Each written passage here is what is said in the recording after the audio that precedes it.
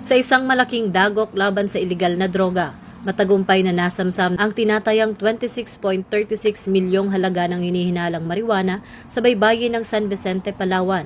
Ang operasyon ay nag-ugat sa mabilis na pagtugon ng mga otoridad nitong Desyembre 26 matapos makatanggap ng ulat hingil sa mga kahinahinalang pakete na natagpuan sa coastal area ng Danlog, Sitio Gawid sa Barangay Karuray.